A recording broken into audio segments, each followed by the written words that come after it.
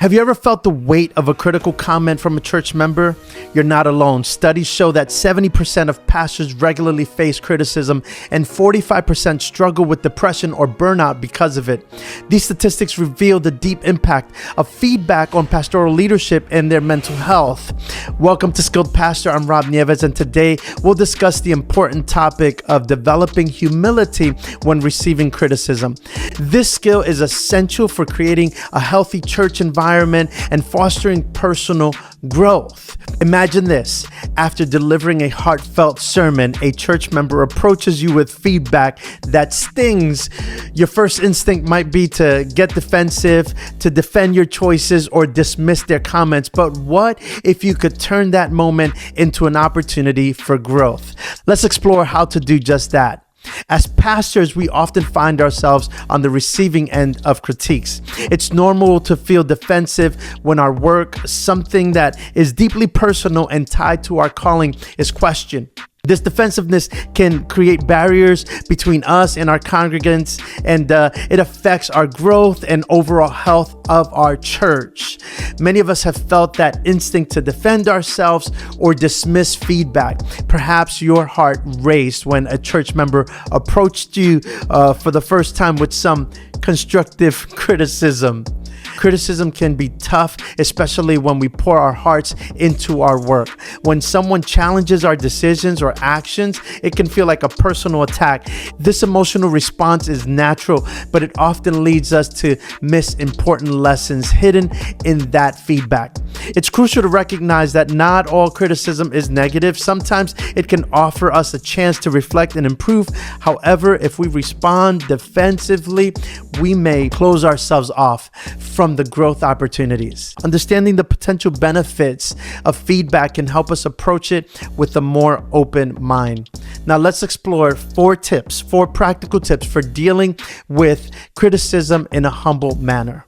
First, listen actively.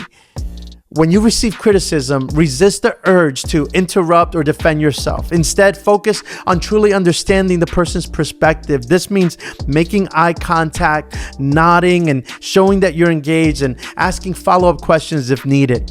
Active listening not only helps you understand the criticism, but also shows the other person that you value their opinion. Second, reflect before responding. Take a moment to process the feedback. Consider setting aside time to pray about it or discuss it with a trusted mentor. Ask yourself if there is any truth in the criticism. Even if it's delivered poorly, this reflection can help you separate your emotional reaction from the actual content of the feedback. Third, I would say seek clarification. If something isn't clear, ask questions. This not only helps you understand the critique better, but also demonstrates that you're open to learning and growing. For example, you can say, can you explain a bit more about what you meant by that?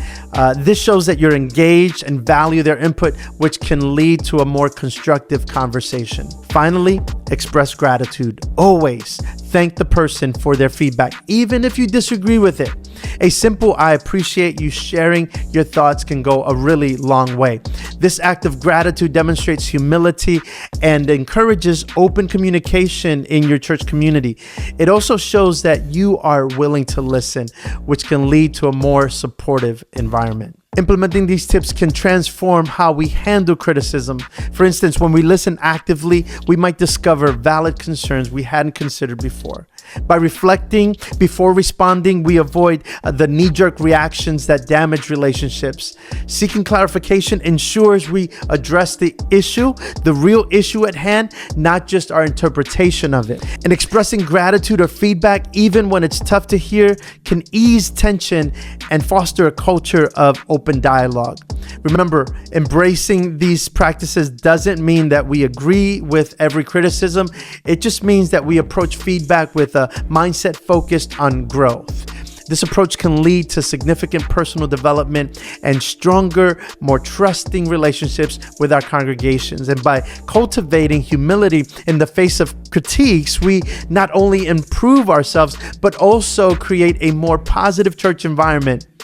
In closing, it's important to remember that handling criticism with humility is a skill that takes time to develop. It's not always easy, but it's an essential part of our calling as pastors. And by working on these skills, we can enhance our ministry and better serve our communities. I encourage you to connect with us here at Ministry Connect, where you can engage with other pastors, missionaries, lay leaders, and other ministry leaders. Just click on the link below that I'm leaving pinned to the comments. And thank you for watching this video. We'll see you on the next one.